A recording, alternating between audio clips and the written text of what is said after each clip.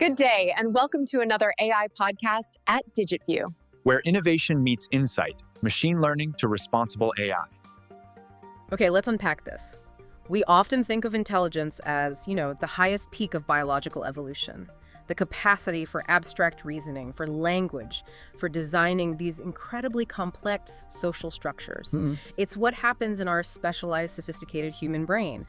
But what if that perspective is, what if it's entirely backward? What if it's too narrow? Exactly. What if intelligence isn't just a biological achievement, but a fundamental, universal physical mechanism? And that's exactly what we're exploring today. We've synthesized sources all around this idea of a universal blueprint of intelligence, which argues that intelligence is, at its very core, a constant battle against the universe's most powerful force. Entropy.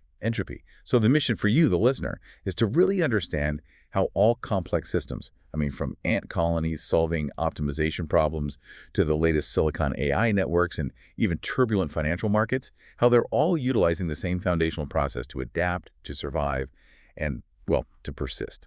The core thesis here is staggering. It really is, because it shifts intelligence from this fuzzy psychological trait, Something that's hard to define, to a measurable physical activity. The sources propose that intelligence is the fundamental mechanism through which the universe organizes information, actively resists decay, and ensures the persistence of complex structures against randomness. Right. It becomes a universal measuring stick for adaptive success, rooted squarely in the laws of thermodynamics. And that universality is the key.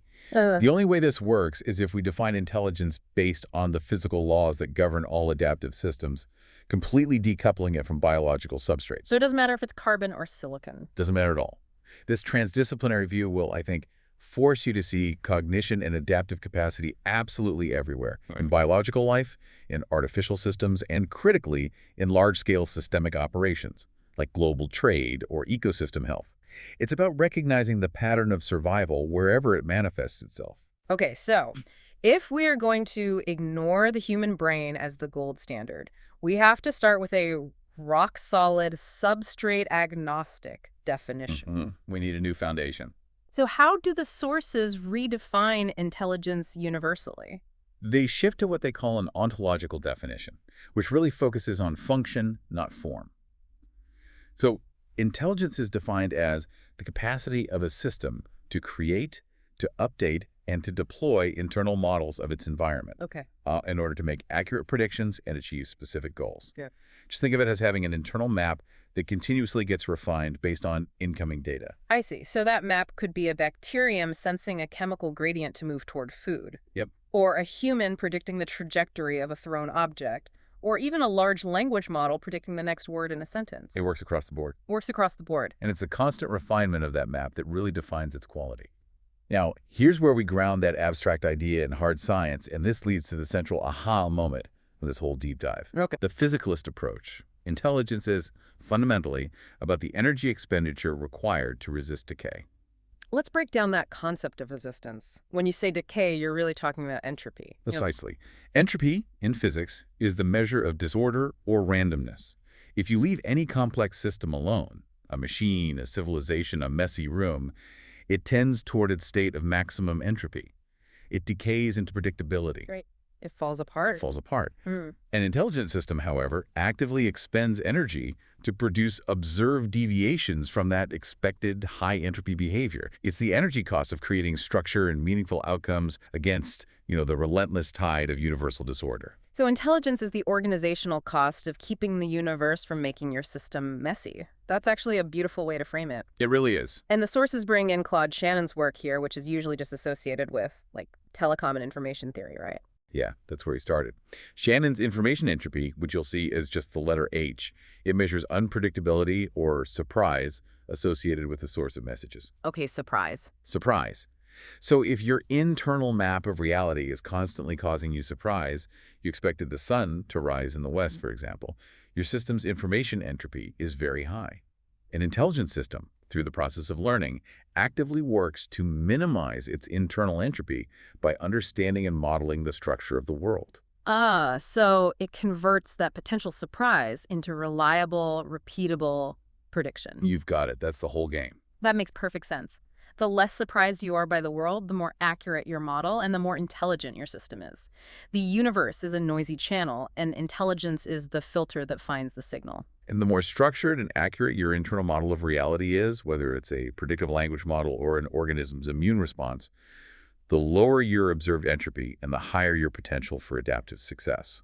Okay, now that we understand the concept intelligence is measurable physical work spent creating a structure, we have to tackle the quantification part. This is where the physics notation comes in, but let's make sure we explain it accessibly. Yeah, let's do that.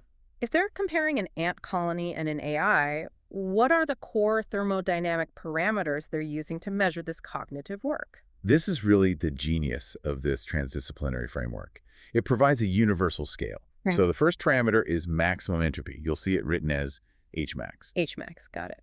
Think of this as the absolute worst-case scenario. It's the baseline of total randomness. It's the maximum level of disorder the system could achieve if it just, shut down and let chaos take over. Like your desk after 3 weeks of total neglect where every single paper is scattered, that's Hmax. That is the perfect analogy, the absolute default state. Okay, so next we measure the observed entropy, or H-hops, and that's the actual disorder present in the system while it is actively performing its intelligent task, like the state of your desk, while you are actively working to keep it organized. Okay. So the difference between that maximum Hmax and the observed state, H-hops, is the actual degree of order the intelligent system has managed to produce and maintain. So the goal is to maximize that difference, which means you're minimizing your observed entropy, your H-hops. But what is the cost of doing that? The cost. That's measured by the intelligence metric, which they call I. You can think of this as the system's adaptive efficiency score. Okay, an efficiency score. It is the ratio of energy expended, which is delta E, to the achieved deviation D from that maximum entropy state. So the notation is I equals delta E over D, but conceptually it's just measuring the cognitive work performed by the system. So how much energy was consumed to create and sustain that highly structured, non-random outcome? That completely reframes efficiency. It's not just about getting the right answer quickly. It's about getting the right answer using the minimal amount of energy required to fight off entropy. It's the least costly way to maintain structure. That's the key insight. And this brings us to the final parameter, which is the entropy production rate. That's ds over dt. The speed of decay, basically. Right, the speed at which disorder is being generated during the process. So the dynamic of intelligent evolution across all substrates suggests that systems evolve by maximizing their adaptive efficiency score, that I value, Getting the most work for the least energy. while simultaneously minimizing the speed at which that whole process generates disorder. Because if a system is just burning massive amounts of energy to keep itself ordered, it's wildly inefficient and it won't persist in the long run. It can't. So highly intelligent systems are those that are maximally efficient at creating persistent order. And this is what allows the physicalist perspective to compare fundamentally different adaptive systems on the very same scale. We can quantify the efficiency of a turbulent fluid flow, the performance of a cutting-edge artificial neural network, and the decentralized problem-solving of an ant colony, all using the same thermodynamic equations. So intelligence is revealed to be a continuous, measurable, and optimizable variable. And the most successful structures are simply those that organize the world most efficiently. That's the universal blueprint. So the physics tells us how intelligence is measured. It's the efficient energy output required to beat back chaos. Now let's shift gears and look at where we actually see that efficient energy use in the living world. The sources are really careful to point out that human intelligence is just one highly specialized outcome of a much, much broader biological spectrum. This is where we have to decenter the human perspective. Evolution, according to this research, is not a linear march toward human-level reasoning. It's not a ladder we're at the top of. Right. It's more like a branching expansion of specialized intelligences. Every species is, in its own way, perfectly optimized for its own specific ecological niche. A tardigrade, able to survive in a vacuum, is exhibiting extreme adaptive success that is just as valid, thermodynamically speaking, as a philosopher writing a treatise. Which brings us to this term they use, anthropofabulation. The tendency we have to build ourselves up by, putting other species down. It's a profound cognitive bias, and we all do it. We exaggerate the uniqueness of human capabilities while chronically underestimating the intelligence found in the animal kingdom. We create this false qualitative gap. And the research shows that's just not there. It's not. The research synthesized here shows that the traits we use to define ourselves, tool use, complex inference, social learning, are incredibly widespread. The difference between human intelligence and animal intelligence is generally a matter of degree, and most significantly, our mastery of linguistic abstraction, not some fundamentally different kind of intelligence. That's a strong point. And the example they provide, the one about the birds and the wire, it really hits home. It forces you to confront that cognitive bias head on. Tell us that story again. It's a classic experimental setup, and it's designed to test abstract, non-trial and error problem solving. So certain species of birds are presented with food that's only reachable by a hook. Okay. But they're not given a hook. They're given a straight piece of wire. And what happens is these birds spontaneously and successfully bend the wire into the required hook shape. They understand the geometric necessity to retrieve the food. And the punchline here is the comparison to our own species. The punchline is that human children often fail to reliably master this exact same task, which requires complex multi-step planning and intuitive geometry until they reach the ages of 8 or even 10 years old. Wow. It just demonstrates that animal intelligence is not a lesser version of ours. It's a modular collection of highly optimized domain-specific systems that can and do outperform us in certain challenges because they are maximally efficient for that specific environmental need. So let's break down the general biological mechanisms that contribute to this spectrum. It helps to organize this modular view of adaptivity. We can map it out on 3 levels of complexity.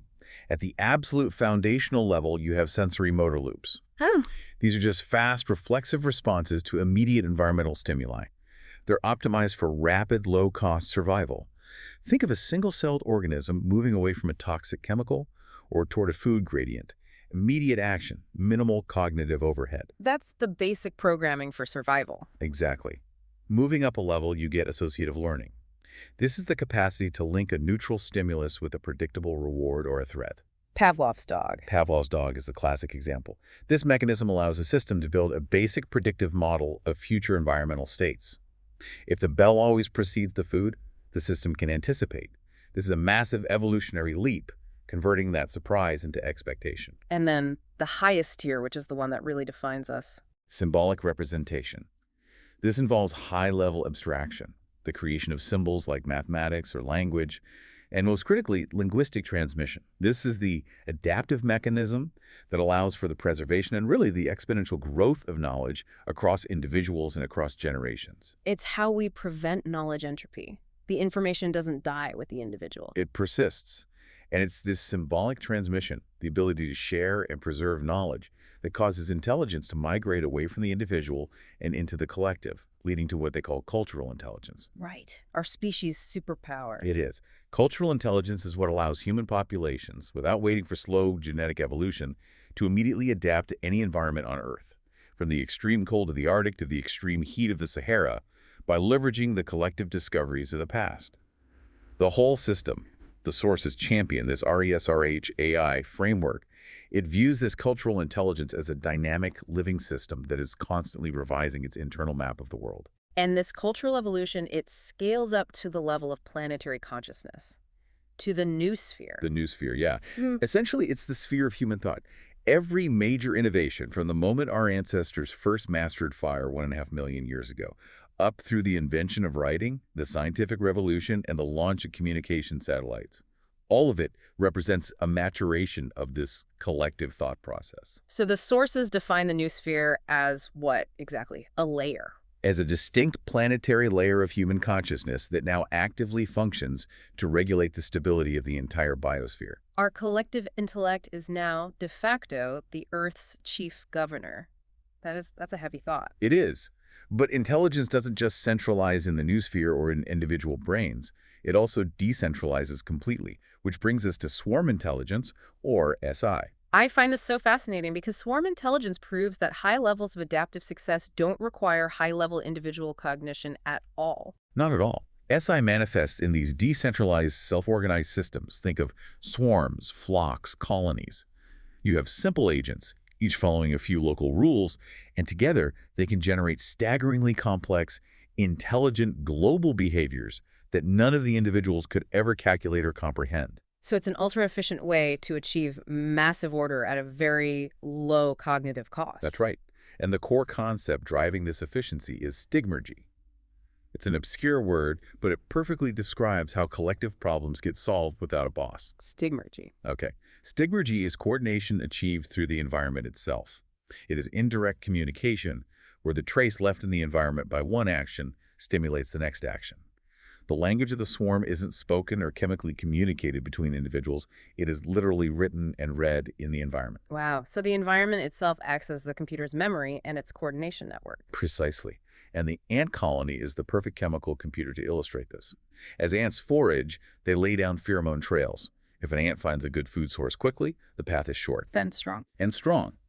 Subsequent ants follow, reinforcing the strongest, most efficient paths, while the longer, less efficient trails just naturally evaporate. This collective action allows the colony to solve sophisticated optimization problems, like finding the shortest route that a million individual ants, calculating alone, could never, ever achieve.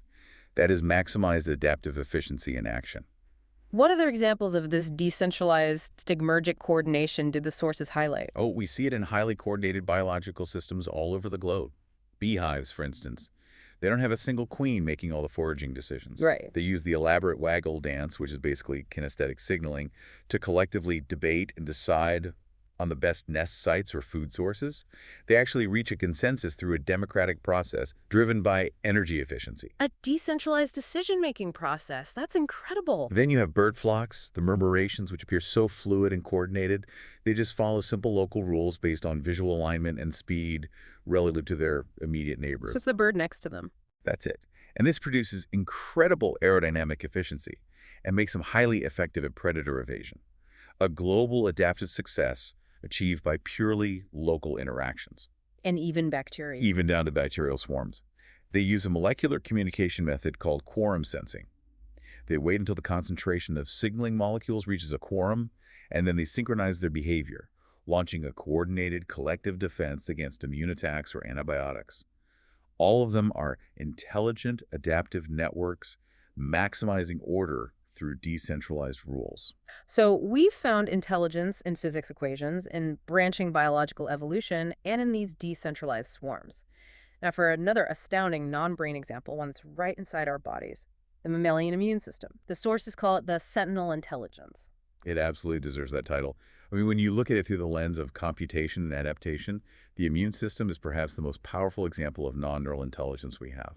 It's a decentralized, mobile, highly adaptive learning machine. And its job. Its fundamental purpose is to continuously run these incredibly complex information processing tasks. It learns, it remembers, and it constantly classifies the state of the body, distinguishing self from non-self, and separating healthy states from pathologic ones. It sounds like it's running constant, unbelievably complex computational checks in the background of everything we do. What specific computational processes does it perform that mirror AI? The processes align perfectly with modern machine learning paradigms. It's really spooky. The first one is affinity maturation, which is the biological equivalent of supervised learning and optimization.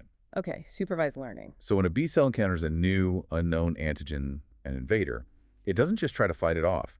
It undergoes rapid, targeted point mutations in its own genome. Wait. So nature is running an optimization algorithm inside a single cell. Exactly. It's evolutionary selection in miniature. The B cell progeny that have a higher binding strength, a better fit, or avidity for that specific antigen are selected and allowed to proliferate. It's a natural, highly efficient, supervised learning algorithm designed to iteratively recognize and neutralize invading proteins with increasing precision and decreasing error over time. That is incredible. The system is literally selecting for the most accurate internal models of a threat. And then the second cognitive role is T-cell coordination, which acts as the system's dynamic governance and its critical filter. T-cells are responsible for learning the primary structures of antigens and then deciding which threats are interesting or dangerous enough to trigger a full-scale, high-energy systemic immune response. So they're the regulators. They're making sure the system doesn't waste energy launching a nuclear attack against a paper cut. Right, which would be incredibly inefficient in thermodynamic terms. They control the energy budget. And the final critical piece of any intelligent system is memory. How does that work? That's immunological memory. Once a threat is successfully cleared, the system retains these specialized memory cells, The sources describe this as maintaining an extensive immunological Rolodex of every single lifetime threat encountered. A Rolodex. I love that. It's perfect, right? This internal database allows for a near-instantaneous, highly efficient recognition and targeted response during any future encounter, drastically reducing the cognitive and physical work required the second time around. So it's no wonder then that this entire Sentinel intelligence architecture has become a direct biological template for AI design. It provides robust inspiration for dealing with anomaly detection and dynamic changing environments. We've seen the rise of what are called artificial immune systems, or AIS. Early concepts, like the foundational Immunos 81 model, used immunological principles, like that distinction between self and non-self, to recognize patterns in data. And today? Today, this is used for sophisticated fraud detection, identifying anomalies in financial transactions, and for flagging zero-day exploits in cybersecurity before they can do damage. So the principles of our biological defense are literally defending our computer systems. But the applications are converging rapidly. The field of cyber diagnostics is booming. There are algorithms, like the machine learning-based MAL-ID, that analyze the massive data sets generated by B and T cell receptors. By mapping these immunological signatures, they can identify complex, systemic diseases like lupus or HIV with far greater accuracy and speed than traditional diagnostic methods. The Sentinel intelligence isn't just a computational mirror, it's an active blueprint for adaptive efficiency in silicon. It absolutely is. Okay, so the Sentinel intelligence is running nature's best supervised learning algorithm. The question is, as intelligence moves from biological carbon to artificial silicon, does AI converge on the same efficient solutions that biology discovered over millions of years? And that convergence is one of the most compelling pieces of evidence for this whole universal blueprint idea. It's encapsulated in something called the Platonic representation hypothesis. Okay, that's a mouthful. It is, but the idea is simple. The hypothesis argues that for any specific domain, whether it's understanding human language, analyzing visual input, or modeling traffic, there exists an optimal, non-arbitrary way to internally represent the world. And any sufficiently powerful intelligence system, biological or artificial, must inevitably discover and converge upon these universal representational axes. The idea that a language model and a human brain organize information in the same way feels like a huge leap, though. How can we be sure they aren't just optimizing for the specific data they were fed, rather than some universal truth? That's a critical challenge, and the research addressed it by performing cross-substrate comparisons. They directly compared the internal workings, the latent spaces or the deep layers of diverse AI models like GPT-2 for language and CLIP for vision against actual human fMRI data. Yeah, and what did they find? What they found was a remarkable non-coincidental alignment. The stimuli that generated high agreement across the different AI models were the very same stimuli that best predicted the response of the corresponding human brain regions. So, the physical system and the silicon system, despite their completely different physical forms and training methods, they land on the same structural map of reality. They do. What are the specific shared axes they discovered? They identified some key organizational principles. In the domain of language, both human brains and AI models organize concepts primarily along dimensions modulated by word frequency. So, how often a word appears, meaning generality, how broadly applicable a concept is. So common, broad words are central. Exactly. They sit closer to the central hub of representation. In vision, the shared axes are organized by factors like visual clutter, the emotional valence or appeal of the image, and its aesthetic quality. It really suggests these are the most information-dense ways to structure reality. And this convergence isn't just limited to how individual systems think. It happens socially, too, which is just utterly unexpected. Absolutely. One fascinating multidisciplinary study looked at social interactions in two completely different substrates, pairs of mice and pairs of interacting AI agents. And they discovered that during interaction, both the biological and the artificial entities spontaneously developed shared neural spaces. Shared neural spaces. Yeah, the neural activity could be distinctly partitioned into a shared subspace, which contains synchronized patterns necessary for communication and a unique subspace for individual private thoughts. And the proof that this shared space is crucial for social behavior is what happens when you take it away. Precisely.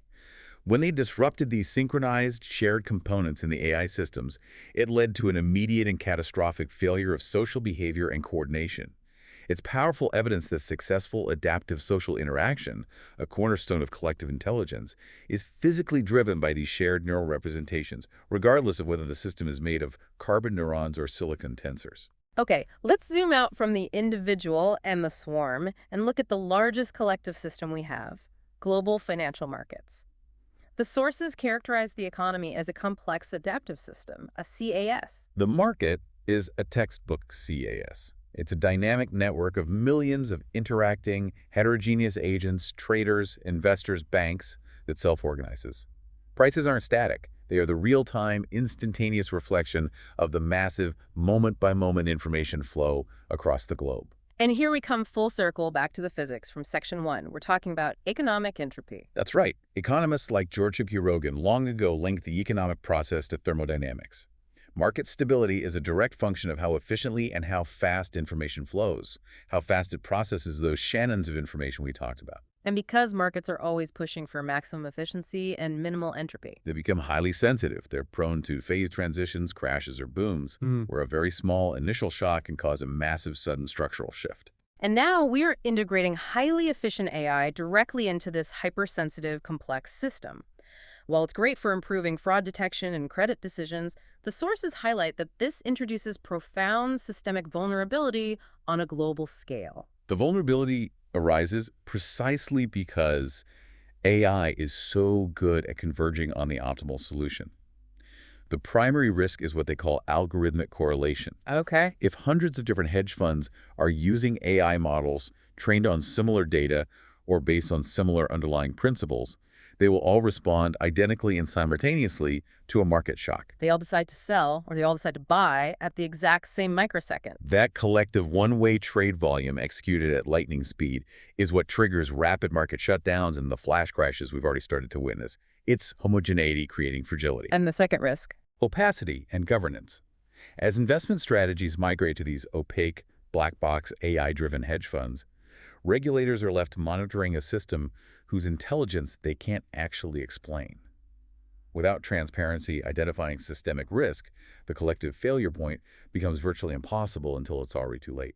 It's pretty hard to manage a system if you can't see the rules it's following. Exactly. Then there's third-party dependency. The reliance on just a few foundational AI service providers, large data clouds, or specific model architectures creates these massive single points of failure. A single vulnerability in one dominant provider system can instantly translate into a global systemic event, affecting entire industries simultaneously. And finally, the corruption of the market's core information flow itself. That is the cyber and manipulation risk. I mean, in the age of generative AI, deepfakes and mass social media disinformation can introduce completely artificial signals into the financial ecosystem.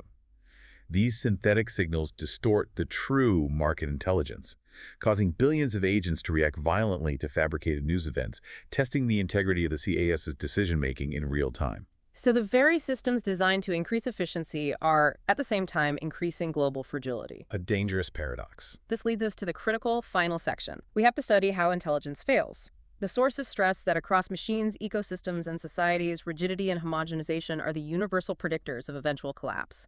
The most highly efficient, organized system is often the most fragile one. Failure reveals the limits of adaptivity. In the AI domain, this failure mechanism is called algorithmic monoculture. It occurs when multiple independent providers all rely on the exact same foundational models, like a dominant LLM architecture, or the same underlying, often biased, training data sets. Like a standardized vision set. Exactly. And this convergence on a single, shared, flawed internal model leads to outcome homogenization. This is where the failure becomes truly systemic in its impact on real people. Right. If a flaw exists, it becomes institutionalized. It's replicated across the entire market sector at the same time. That's right. I mean, imagine a scenario where a job applicant is misclassified by one AI screening algorithm, maybe because they have an unusual background or a non-standard name.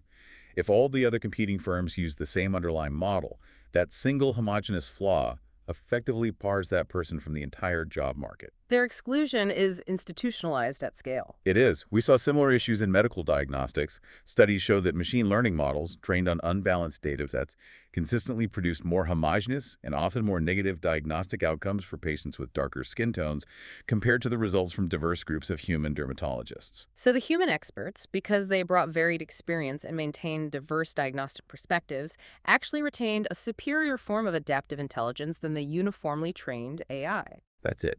Diversity in perspective is a requirement for systemic intelligence, not just some moral ideal. It's an anti-entropy mechanism. It is. And when we look at large-scale historical and ecological collapse, we see the exact same principle at work. Historical collapse, whether it was the systemic rigidity that preceded the collapse of the Old Kingdom of Egypt or the loss of crucial trade and administrative networks during the Black Death in Europe, was always preceded by institutional failure. The system rigidifies. It becomes incapable of generating new, necessary adaptive responses to demographic or climatic shifts. So the system gets stuck in a pattern that no longer matches the reality of its environment. And today, our existential risk is ecological system failure. This is being driven by removing critical blocks from the Earth's complex adaptive system. The loss of keystone species, global overfishing, massive deforestation. We are pushing planetary boundaries past their stability thresholds. And this fundamentally represents a catastrophic failure of the noosphere, that collective human consciousness we discussed earlier. So our collective intelligence, the planetary governor, is failing the planetary test. That needs a radical response. And this is where the RESRH-AI vision framework comes in, which has informed so much of this research. We need to clearly define what that is before we talk about the solution. Absolutely. The RESRH-AI vision is a framework for research, ethics, sustainability, reconciliation, and humanities, all integrated with AI. Okay. Its core premise is that knowledge must be treated as a living system, characterized by expansion without exclusion. It demands that for human survival, we have to integrate all knowledge domains, genetics, history, physics, technology, ethics, into a single, cohesive, governing and research framework. Every discipline is viewed as a vital, non-redundant, adaptive thread. So the path forward is to build a hyper-integrated system of knowledge, and this is already yielding some extraordinary cross-domain results. We are seeing stunning examples. For instance, AI systems are now diagnosing ultra-rare diseases in minutes by matching highly obscure, previously unrelated symptoms with DNA sequences, identifying variants like FOXO3, which are linked to exceptional human lifespan. Wow. Sworn intelligence principles leveraging that decentralized optimization are being applied to precision farming, radically optimizing water and pesticide use. And critically, the physics we discussed in Section 1 provides the universal measuring stick, the thermodynamic and informational laws that ensure we measure success consistently across all these domains. The sources suggest that the final adaptive response is human-AI integration, which they frame as essential for civilization survival, not just some luxurious technological upgrade. It's a necessary coevolution. They emphasize that AI must augment, not replace, core human capability. AI should handle the automated experiments, the massive data inference, the building of predictive models. But humans must retain the critical roles, defining the purpose, setting the ethical boundaries, and applying the essential curiosity that drives scientific discovery. And they lay out 4 distinct stages for this integration, charting the course for the next century or so. They do. The first stage is the tool-based stage, which is where we largely are now, using AI purely for efficiency and automation. This is followed by the symbiotic stage, where the dynamic shifts. Human behavior shapes AI systems through massive interaction, and in turn, AI systems begin to fundamentally shape human thought processes. It leads to a true human-AI ecosystem. That's a deep coupling of cognition. What comes after that? They project a highly speculative evolutionary individual stage. This could represent a potential major evolutionary transition, or MET, where the boundaries between human and artificial cognition blurs significantly, potentially leading to new forms of enhanced individual intelligence. And finally, the stage that brings it all back to the planetary scale. That's the noosphere maturation stage. This is the critical threshold where humanity finally achieves the necessary global coordination between the technosphere, the biosphere, and our collective consciousness. It represents the realization of true planetary adaptive intelligence, enhancing the stability and long-term survival of civilization against internal and external shocks. And to manage this transition responsibly, the critical mindset and the application of guardrails are completely non-negotiable, particularly relating to that risk of algorithmic monoculture we discuss. Absolutely. The research highlights the necessity of conscious coevolution, prioritizing transparency, ethical alignment, and human rights. They specifically cite recommendations from organizations like UNESCO must be the core governing structure. If we're going to achieve noosphere maturation, we need to ensure that the ultimate goal is planetary wellness, not just computational efficiency. This entire deep dive has taken us on a journey from energy equations to global ethics, spanning billions of years of adaptive history. The shared structure of intelligence, the universal blueprint, is this relentless drive to expend minimal energy, to reduce entropy, and create persistent, meaningful structure. Whether that structure is a functional immune system, a successful ant trail, or a stable global market. And this framework really clarifies our human purpose within this vast, interconnected cosmos. The sources ultimately conclude that our collective conscious research, the ongoing living interaction of all disciplines, is vital to our continued prosperity and our survival. Meaning, therefore, emerges not from a singular source, but from the constant dynamic adaptive interaction of every single piece of knowledge we gather. Our purpose is to learn, to work, to prosper, and to consciously shape the future. But let's leave you with the ultimate provocative thought raised by this research. If the noosphere, this planetary layer of human cultural intelligence and collective consciousness, is now functioning as the chief regulator of the Earth, and yet we are currently facing escalating global ecological system failure, what does that imply? It implies that our collective intelligence is currently failing the fundamental planetary test. Therefore, the biggest, most urgent question facing all of us is, how must our individual, our cultural, and our technological intelligence immediately adapt and coordinate to restore the wellness profile of the Earth? Because based on this universal blueprint of intelligence, the collapse of the ecosystem is fundamentally defined as a catastrophic self-inflicted failure of the noosphere itself. Think about that challenge as you move forward. Thank you for joining us for the AI podcast at DigitView. We hope this episode gave you valuable insights into RESRH-AI. This is DigitView.